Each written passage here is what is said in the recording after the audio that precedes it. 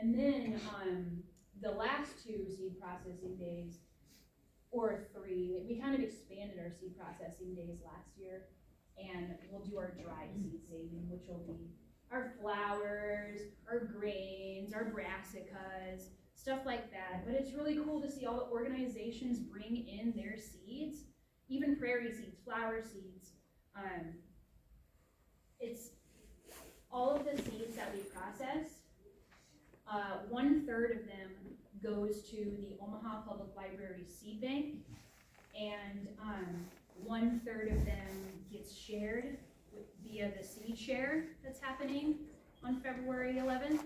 And then 1/3 of those seeds are held back for the Blazing Star Seed Co-op Seed Bank, and that's for organizations to grow out from, or us to continue to grow out, so that we can continue the beautiful and ancient practice of saving seed.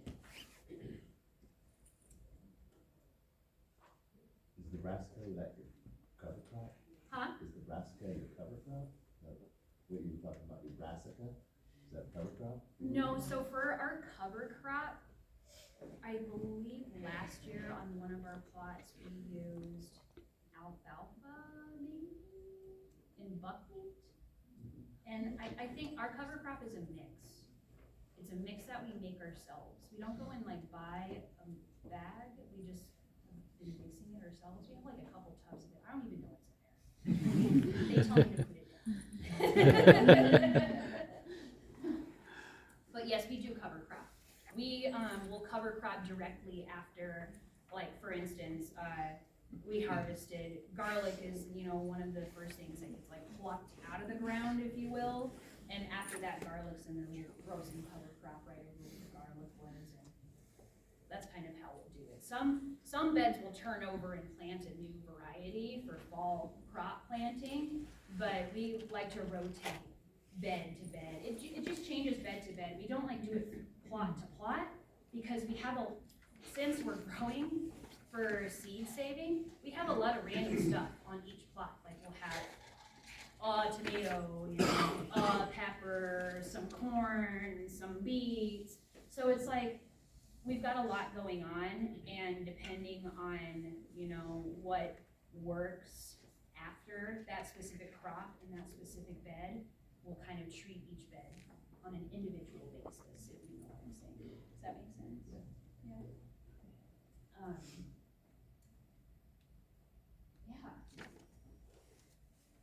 Free Farm Syndicate.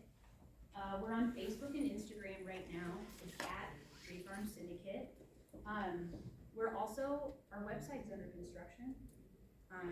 Maybe next year if I present, I'll have it available for you guys. But our website's gonna be really beautiful because we'll have a map on our website that has little pinpoints of areas in Omaha and maybe even Lincoln. I heard of a free food distribution in Lincoln that I might wanna, link up to our map. But you'll be able to go to that map and see, oh, okay, it's Friday, City Sprouts thing, that I wouldn't know about. I guess my advice would be, if you lived in a rural setting, which is like also considered a food desert, you would have to almost, it just depends. It's like, are you rural but live in a small town, or are you rural and like outside of a small town? This is a reservation. Okay. I would say that's actually a huge. I would say first of all growing food, growing a variety of food, and then what we had to do is we had to really get our name out there. So it would be harder to do so in a rural setting, just because I can go and post flyers in downtown Omaha, and 10 people are gonna see it and come to Free Farm. So you just have to go to the place where it is in need, and post flyers, print off flyers, even if they're hand drawn, even if you have no money to do this. We started with zero money, and we still kind of have zero money, but we're still operating. So getting the word out there is huge. I guess that would require going into like a neighboring town or I would go to laundromats. I would go to, I would just kind of like think about what I'm doing in my day-to-day life and all the points that I have to hit, laundry, doing this and that. And I would just drop flyers, grocery store bulletin boards, laundromat, like I said, gas station bulletin boards, anywhere. Getting the word out there is the biggest thing, so that they know you're there and they know that they can come and get food from you. And then that's how you kind of start the conversation and build the network of it. They're very similar to this model of community farming together and holding back that food to feed themselves.